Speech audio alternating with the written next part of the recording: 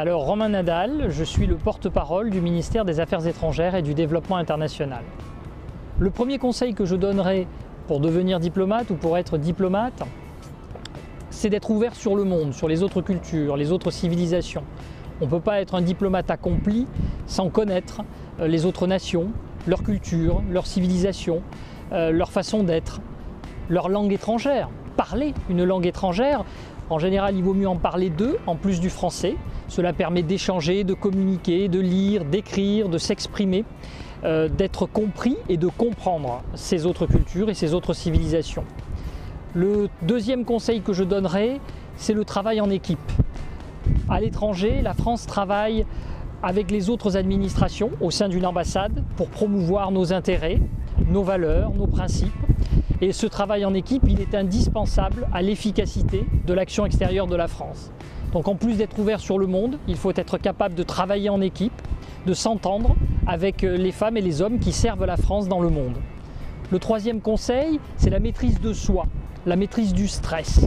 Pour travailler dans une autre nation, dans un autre pays, pour défendre les intérêts de la France, il faut en toutes circonstances être maître de sa personnalité, de ses émotions, de son stress, ne pas le diffuser aux autres en situation de crise, en situation de conflit, de violence. Et c'est souvent ce que vivent les diplomates français dans un certain nombre de pays, face à la détresse aussi de nos concitoyens, dont nous sommes là pour les protéger, qui peuvent être victimes de violences, qui peuvent être prises dans une catastrophe naturelle. Il faut maîtriser ses émotions, maîtriser son caractère, être maître de ses émotions. Le quatrième conseil que je donnerai, c'est d'être un bon négociateur. La France défend des intérêts, elle promeut des valeurs, mais pour faire avancer ses intérêts, faire avancer ses valeurs, il faut être un bon négociateur, connaître l'autre avec qui on va négocier et passer du temps pour promouvoir ses intérêts, promouvoir ses valeurs, être capable au bon moment de l'emporter dans une négociation ou de faire prévaloir ses intérêts et ses valeurs. La négociation, c'est tout un art difficile qui implique la connaissance de l'autre et qui implique aussi la gestion du temps. La négociation, c'est la gestion du calendrier, la gestion du temps, la gestion de la négociation. Une négociation comme le nucléaire iranien par exemple, ou la négociation d'un accord de paix, ça nécessite un effort de maîtrise du temps, de réflexion, de stratégie. Et la négociation, elle est au cœur du métier diplomatique. Le cinquième et dernier conseil que je donnerai, c'est l'amour des valeurs de la France, de ses principes, de notre République. Nous défendons une certaine conception des relations internationales fondée sur le multilatéralisme, l'attachement aux Nations Unies, l'attachement à la construction européenne, la volonté en toutes circonstances de faire prévaloir le maintien de la paix et de la sécurité, la protection de la planète, sa gouvernance, la défense de l'économie, la promotion de la création d'emplois, du commerce extérieur, l'Union européenne, la construction européenne.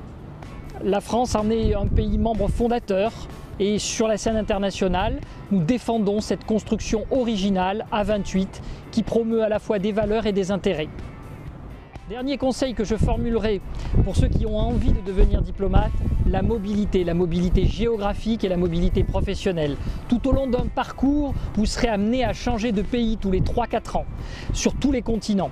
Ça implique non seulement la connaissance de culture, de civilisation, mais une grande adaptation à des contextes géographiques très différents, de l'Afrique à l'Asie, à l'Amérique. Donc mobilité géographique, mais aussi mobilité professionnelle. Dans une même vie professionnelle, le diplomate sera amené à faire du dialogue politique, de l'action culturelle, de l'action économique, de l'action de crise, de l'aide publique au développement. Tous ces métiers sont différents, impliquent une souplesse professionnelle, une adaptabilité dans les missions, dans la connaissance de différents types d'actions extérieures. Mobilité géographique et mobilité professionnelle, c'est indispensable lorsque l'on veut devenir un bon diplomate, lorsque l'on veut être un bon diplomate.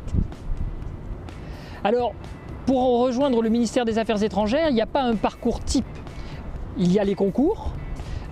concours du cadre général, du cadre d'Orient, la voie de l'École nationale d'administration, mais il y a aussi la voie contractuelle, puisque nous recrutons chaque année des contractuels pour agir dans le cadre de l'action culturelle extérieure, de l'action économique, de l'action politique et diplomatique, de l'action de crise, la gestion des crises internationales. Dans tous ces domaines, nous recrutons des contractuels, mais aussi des titulaires par voie de concours. Donc il n'y a pas un parcours type, mais par contre, il y a un profil type, celui de l'ouverture sur le monde, de la maîtrise des langues étrangères, de la maîtrise de soi, de la connaissance, de la négociation, toute une série de caractéristiques, de personnalités qui font que l'on pourra être demain un bon diplomate. Mais il n'y a pas un seul parcours, il y a des parcours, des trajectoires. Le ministère est ouvert à toute la société française.